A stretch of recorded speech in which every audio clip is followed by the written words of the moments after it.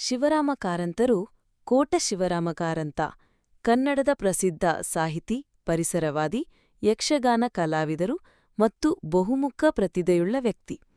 ಅವರಿಗೆ ಕಡಲತೀರದ ಭಾರ್ಗವ ಎಂಬ ಬಿರುದು ಇದೆ. ಶಿಕ್ಷಣ ಮತ್ತು ಆರಂಭಿಕ ಜೀವನ. ಶಿವರಾಮ ಕಾರಂತರು ಅಕ್ಟೋಬರ್ 10, 1902ರಂದು ಉಡುಪಿಯ ಕೋಟಾದಲ್ಲಿ ಜನಿಸಿದರು. ಅವರು ಮಂಗಳೂರಿನ ಸರ್ಕಾರಿ ಕಾಲೇಜಿನಲ್ಲಿ ವಿದ್ಯಾಭ್ಯಾಸ ಮಾಡಿದರು. ಆದರೆ ಗಾಂಧೀಜಿಯವರ ಸ್ವಾತಂತ್ರ್ಯ ಚಳುವಳಿಯ ಪ್ರಭಾವದಿಂದ ಕಾಲೇಜು ವಿದ್ಯಾಭ್ಯಾಸವನ್ನು ಅರ್ಧಕ್ಕೆ ನಿಲ್ಲಿಸಿದರು.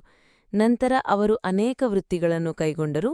ಅವುಗಳಲ್ಲಿ ಮುದ್ರಣ ಮತ್ತು ಪ್ರಕಾಶನ, ಪತ್ರಿಕೋದ್ಯಮ ಹಾಗೂ ಯಕ್ಷಗಾನವನ್ನು ಮುಖ್ಯವಾಗಿ ನೋಡಬಹುದು.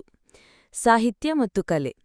ಕಾರಂತರು ಕಾದಂಬರಿ, ಕವಿತೆ, ನಾಟಕ, ವೈಜ್ಞಾನಿಕ ಬರಹಗಳು, ಶಿಶು ಸಾಹಿತ್ಯ ಮತ್ತು ಪ್ರವಾಸ ಕಥನಗಳನ್ನು ಬರೆದಿದ್ದಾರೆ.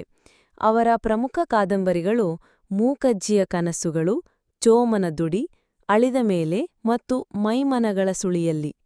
ಮೂಕಜ್ಜಿಯ ಕನಸುಗಳು ಕಾದಂಬರಿಗೆ 1977ರಲ್ಲಿ ಭಾರತದ ಅತ್ಯುನ್ನತ ಸಾಹಿತ್ಯ ಪ್ರಶಸ್ತಿಯಾದ ಜ್ಞಾನಪೀಠ ಪ್ರಶಸ್ತಿ ದೊರೆಯಿತು. ಅವರು ಯಕ್ಷಗಾನದ ಮೇಲೂ ಆಳವಾದ ಪರಿಣಿತಿ ಹೊಂದಿದ್ದರು. ಯಕ್ಷಗಾನದ ಅಧ್ಯಯನ, ಪ್ರದರ್ಶನ ಮತ್ತು ಸುಧಾರಣೆಯಲ್ಲಿ ಅವರ ಪಾತ್ರ ದೊಡ್ಡದು. ಯಕ್ಷಗಾನ ಮತ್ತು ಬಯಲಾಟಗಳು ಎಂಬ ಅವರ ಕೃತಿ ಯಕ್ಷಗಾನದ ಬಗ್ಗೆ ಇರುವ ಒಂದು ಪ್ರಮುಖ ಗ್ರಂಥ.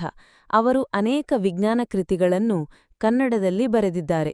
ವಿಜ್ಞಾನವನ್ನು ಜನಸಾಮಾನ್ಯರಿಗೆ ಸುಲಭವಾಗಿ ತಲುಪಿಸುವಲ್ಲಿ ಅವರು ಮಹತ್ವದ ಪಾತ್ರ ವಹಿಸಿದ್ದಾರೆ. ಇತರೆ ಕೊಡುಗೆಗಳು.